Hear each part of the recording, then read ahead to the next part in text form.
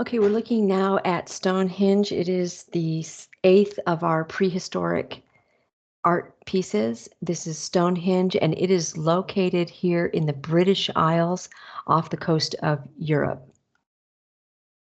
We have two images associated with this piece. So some pieces have as many as 5 images associated with them. Stonehenge has 2, an aerial view and a side view. The first thing to note about context of Stonehenge is that word hinge.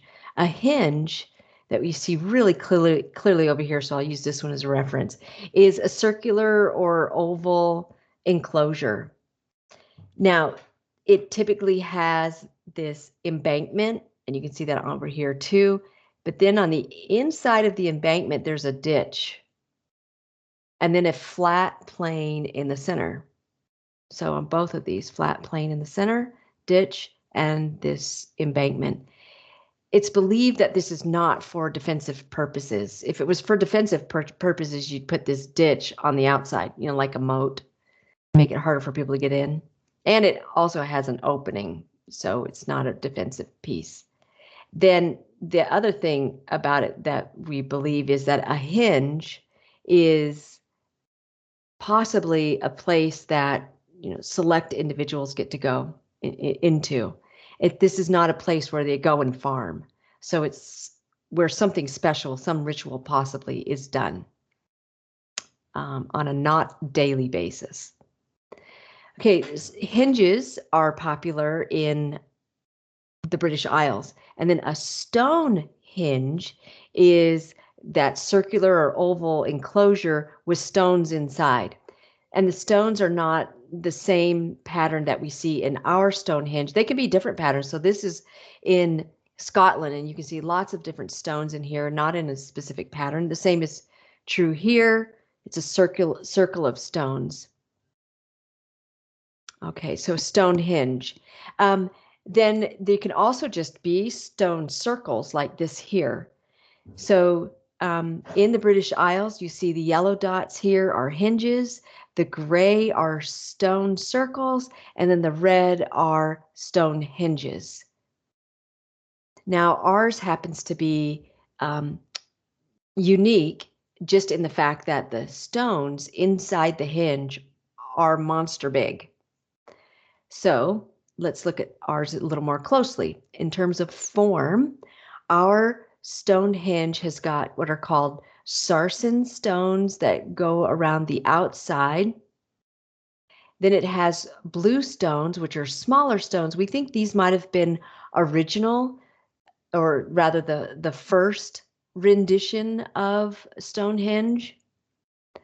And then there are these trilithons. And these trilithons are massive Saracen stones with it's like 3 stones together rather than this solid ring that these Saracen stones make. And this, I didn't mark it, but this is an altar stone that we think was initially intended to be left on the ground, flat like that. Okay, so continuing on in form, what makes this piece unique, remember, is just the size of the stones. And how did they get these stones to fit together like these trilithon stones are stuck together? And the answer is some vocabulary here for you: mortise and tenon. So this construction helps get the stones to stick together. So this is a mortise and this is a tenon, these holes up here in the top stones. And they are also connected with what's called a tongue and groove connection.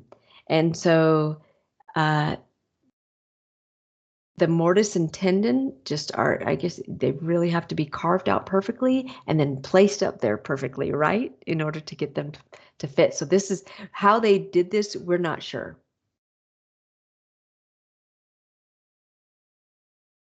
So the other bit is to know these blue stones that let me go back. Here's the blue stones in this circle and in the center altar. And studies done by scientists lately uh, show that perhaps the blue stones have some musical resonance to them, that when people are singing or chanting inside, the acoustics are really, really nice. And the bouncing off of the blue stones is impressive.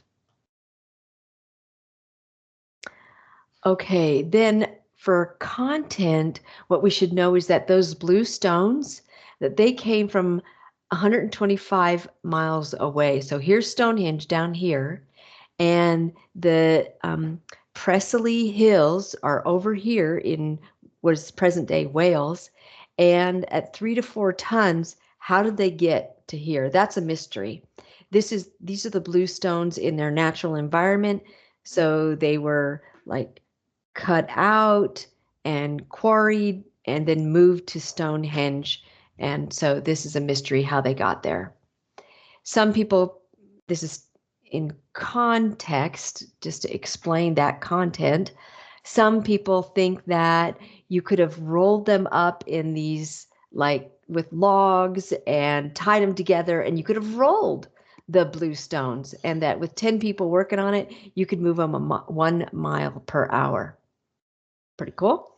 Others think there was like this sledge system where logs are on the ground and some people would pull these huge stones, and that it would take a lot of manpower to do that. And then finally, some think that they would have greased these like rails, these log rails, with pig fat, and then would have used a pulley to get them up. Lots of different thinking about that movement of stone. So that's context. Then function is, what were these used for? There's not enough bones around Stonehenge. There are some, but there are not enough bones around them to think that it's a burial spot. So the most plausible function is that it commemorates the summer and the winter solstice. So here is the large sarsen stones, and they are perfectly aligned with this stone that's outside of the inner circle. It's let me show you. It's right over here, a heel stone. So the idea, no, it's right. Yeah, I'm getting mixed up. Right here. And the thinking is that you could look through the altar stone, and there's where the winter and summer solstices would rise. So you can see it right here, would rise. So the longest day of summer and the shortest day of winter would be commemorated through these pieces. So people go there still today. Thousands of people go on the winter and summer solstice, and they open up the Stonehenge for people to stand and lay on, touch, be near all of the stones at Stonehenge. The same thing happens in what's called Manhattan Henge. This is, you can see the winter and summer solstice, and there's a whole range of dates, July 13th, May 28th to July 13th for the summer, and December 5th to January 8th for the rising and setting of the sun, that get aligned along that street. So pretty cool. Look at all those people here taking advantage of seeing that. So it's something that humans still commemorate, is the sun and the short and long days. So Stonehenge is so popular that it's been recreated in Maryville, Washington. If you ever drive to Portland with your family, you can stop and see the Stonehenge. It's outside of a museum on the north side of the Columbia River. Oh, and they give you great perspective here. This is a sarsen stone, and these are the interior trilithon stones. So, these are 18 feet tall, 13 feet tall for the exterior sarsen stones. So huge, huge, huge.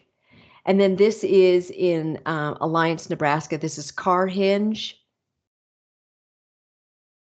Pretty cool. and that's Stonehenge.